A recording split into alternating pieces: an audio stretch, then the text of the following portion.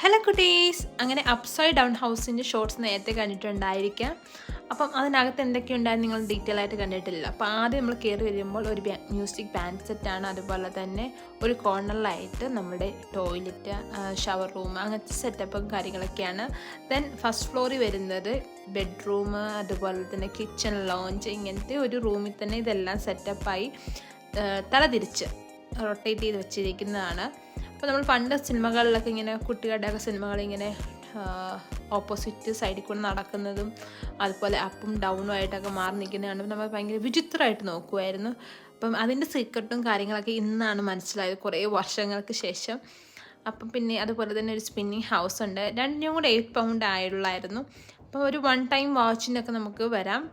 അങ്ങനെ നമ്മളത് ഒരു വീലിങ്ങനെ സ്പിൻ ചെയ്യുവാണ്. അങ്ങനെയാണ് ഈ സ്പിന്നിങ് ഹൗസ് എന്ന് പറയുന്നത്. ഇതൊക്കെയായിരുന്നു അതിനകത്ത്